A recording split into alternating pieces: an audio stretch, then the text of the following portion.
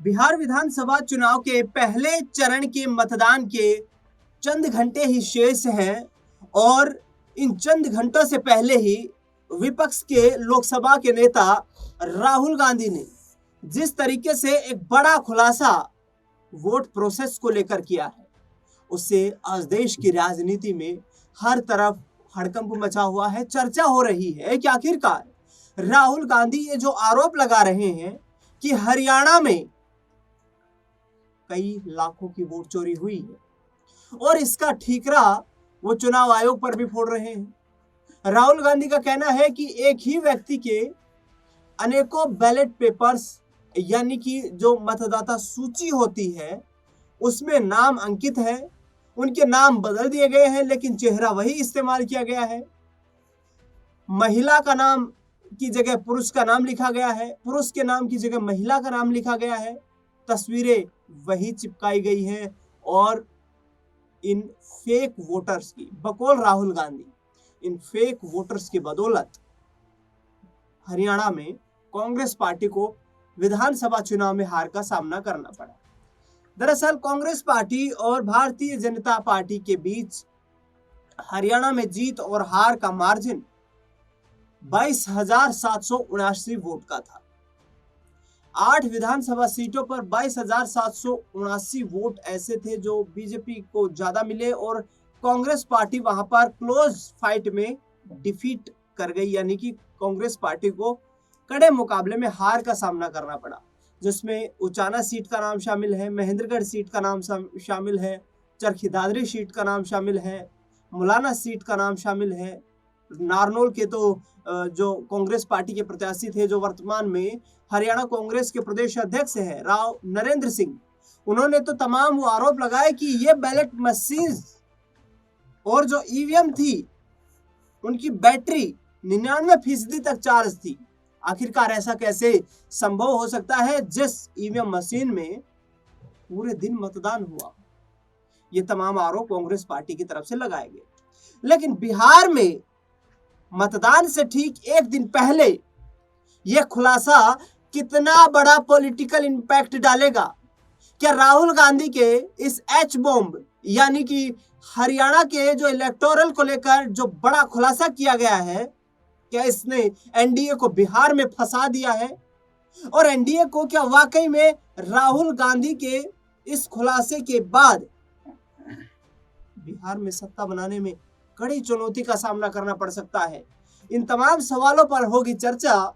मेरे साथ इस खास कार्यक्रम में मौजूद है मेरे वरिष्ठ सहयोगी अमन जी। अमन सर, ये राहुल गांधी का आपने एच बॉम्ब देखा, बड़े क्लोज तरीके से हम सब ने देखा और 1 घंटे से भी लंबी प्रेस कॉन्फ्रेंस हुई। उस 1 घंटे की प्रेस कॉन्फ्रेंस में राहुल गांधी ने बताया कि चुनाव आयोग, सरकार, तमाम अधिकारी इसमें शामिल है और फेक वोट के जरिए हमें चुनाव हरवाया जा रहा है। इससे पहले उन्होंने कर्नाटक के महादेवपुरा विधानसभा सीट का जिक्र किया था, उसके बाद महाराष्ट्र की आलंद सीट का जिक्र किया और अब हरियाणा के चुनाव को लेकर के इस तरीके का खुलासा किया। क्या राहुल गांधी के पास ये सटीक रणनीति है या रणनीति का इस्तेमाल उन्होंने किया है कि बिहार विधानसभा चुनाव के पहले चरण के मतदान से चंद घंटों पहले ऐसा खुलासा किया जाए जिससे कि चुनाव का माहौल बदल जाए? और देखिए दिनेश जी, महत्वपूर्ण बात है क्योंकि चुनाव से ठीक एक दिन पहले जिस तरह राहुल गांधी ने खुलासा किया और खुलासा भी किया, बहुत बड़ा धमाका किया है क्योंकि उन्होंने साफ तौर पर चुनाव आयोग से लेकर बीजेपी और तमाम उन सत्ताधारी पार्टियों के ऊपर आरोप लगा दिया है कि जो वोट का यहाँ पर खेल करते हुए नजर आते हैं, यानी वोट चोरी एक तरीके से करते हुए दिखाई देते हैं। दिनेश जी, आप देखिए राहुल गांधी ने कई तरह की चीजों को सामने रखा। उन्होंने तो यहाँ तक कहा कि ब्राजीली एक लड़की को किस तरह से 25-26 जगह इतने बड़े लेवल पे दर्शाया गया और देखिए एक घर में 500 से ज्यादा वोटर्स मौजूद होने की बात उन्होंने रखी। और सोचिए इतने बड़े लेवल पे चीजें यहाँ से वहां हो रही थी, लेकिन उसके बावजूद भी आखिर चुनाव आयोग को भनक क्यों नहीं लगी, ये अपने आप में बड़ा सवाल बन जाता है। और देखिए दिनेश जी, आप ये भी देखिए कि हरियाणा चुनाव कांग्रेस पार्टी लगभग 25-26 हजार वोटों से दिनेश जी हार जाती है, लेकिन राहुल गांधी कह रहे हैं कि लगभग 25 लाख जो फर्जी मतदाता जोड़े गए, घटाए गए, यानी कि एक तरीके से सत्ता का जो खेल था वो कहीं ना कहीं चोरी के जरिए पहुंचाने का जो प्रयास था वो किया गया। और जो चुनाव जीता हुआ था, ये बकौल राहुल गांधी वो कहते हैं कि तमाम जो मीडिया रिपोर्ट्स में, तमाम सर्वे में, किसी भी सर्वे में कांग्रेस पार्टी को हारता हुआ नहीं दिखाया गया, बल्कि लगभग जो सर्वे अब तक कांग्रेस पार्टी के खिलाफ भी रहे थे वो भी ये बात कह रहे थे कि भाई हरियाणा में कांग्रेस पार्टी ही चुनाव जीतेगी। लेकिन राहुल गांधी ने जो आंकड़े पेश किए हैं उसने हर किसी को हैरान कर दिया है कि क्या वाकई में इतने बड़े लेवल पे, इतनी बड़ी तादाद में क्या वाकई धांधली हो सकती है। अब ये अपने आप में बड़ा सवाल बनता हुआ नजर आ रहा है। बिल्कुल बड़ा सवाल है, और बड़ा सवाल इसलिए भी है क्योंकि बिहार में विधानसभा का चुनाव है। राहुल गांधी ने तेजस्वी यादव के साथ मंच साझा भी किया, और तमाम जो एसआईआर को लेकर के जितनी भी अड़चने थी उस पर भी उन्होंने वोट अधिकार यात्रा निकाली बिहार में। तो उस वोट अधिकार यात्रा के जरिए 20-22 दिनों तक संपूर्ण बिहार का दौरा राहुल गांधी ने किया। उसके जरिए उन्होंने कहा कि मैंने मतदाताओं को जागृत करने का प्रयास किया है। अब बताया जा रहा है कि करीब 65 लाख वोटर जो है वो बिहार में काटे गए हैं वोटिंग लिस्ट से, और नए मतदाताओं को जोड़ा गया है।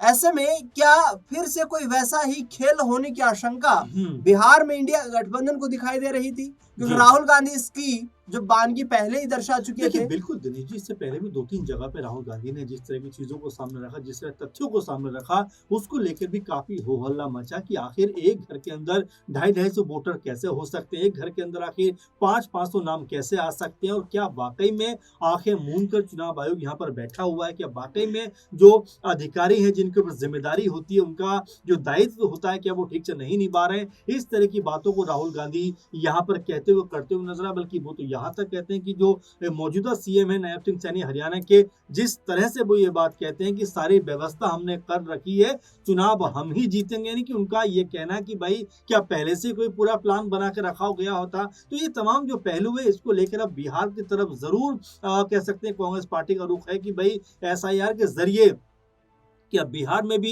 कोई बड़ा घालमेल किया गया है? क्या कोई जो वोटर्स हटाए गए हैं, क्या बाकी उनका कोई साफ डाटा निकाला गया है? बहुत से लोगों को ये भी कहा गया कि भाई उन्होंने दिल्ली छोड़ दिए, कई लोग स्थान बदल के यहाँ से वहां चले गए। यानी एक तरीके से संशय की स्थिति अभी भी बनी हुई है, क्योंकि साफ तौर पर कोई भी डाटा निकल कर सामने नहीं आया। कई लोगों से कहा गया कि भाई आप अपने ये डॉक्यूमेंट दीजिए, लेकिन बहुत से लोगों का ये कहना था कि वो डॉक्यूमेंट उनके पास नहीं है, वो कागजात उनके पास नहीं है। तो क्या इस बिना पर उनके नाम काट दिए गए? आपने देखा कि बहुत सारे लोग निकलकर सामने आए थे कि भाई हमारे पास अगर ये जो कागज नहीं होंगे तो क्या हम भारत के निवासी नहीं हैं? क्या हमारे पुरखे जो इतने समय से रहते चले आ रहे हैं? तो इस तरह की तमाम सारी बातें बिहार से भी निकलकर सामने आई। तो क्या अब ये माना जाए कि बिहार में राहुल गांधी ने एक तरीके से कहीं ना कहीं ये बात एहसास कराई है कि यहाँ पर भी कोई बड़ा घोटाला, बड़ा गबन हो सकता है वोटर को लेकर, इसीलिए सचेत हो जाइए। और जो वोट है वो, जी मैं यहाँ पर रोकूंगा, आपको रोकना चाहूंगा। पहले चरण का मतदान 6 नवंबर को ही होना है जी।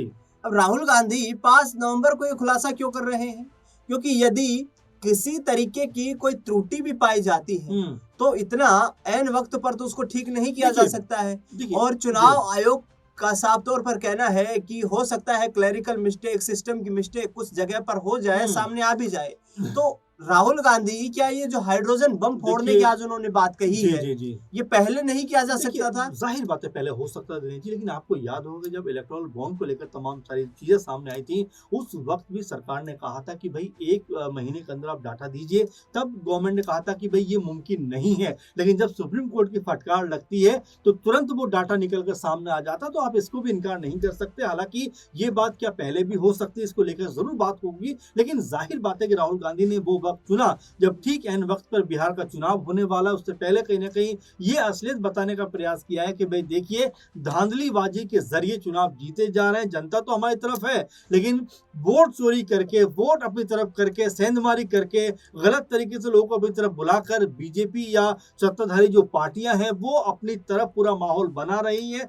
और राहुल गांधी ने जिस तरह से बिहार चुनाव से पहले जो ये ऐलान किया है, मेरे ख्याल से बहुत सोची समझी रणनीति है, सोचा समझा ये उनका कदम है। और ये कदम कितना फायदा उनको दिलाएगा ये तो 14 तारीख को पता चलेगा। लेकिन फिलहाल बीजेपी या सत्ताधारी पार्टी जो है वो इस वक्त राहुल गांधी के खुलासे की बात कहीं ना कहीं बैकफुट पे नजर आ रही है, बैकफुट पर नजर आ रही है। एनडीए गठबंधन के तमाम घटक दल बैकफुट पर दिखाई दे रहे हैं बिहार में। लेकिन सवाल ये भी है कि राहुल गांधी ने क्या एसआईआर के बाद जो बिहार में नई मतदाता सूची जारी हुई है उस पर मोहर लगा दी है कि इस मतदाता सूची में कोई भी फर्जी वोटर नहीं है, या फिर यदि इंडिया गठबंधन बिहार चुनाव हार जाता है तो फिर राहुल गांधी की कार्यशैली पर क्या सवाल खड़े नहीं होंगे।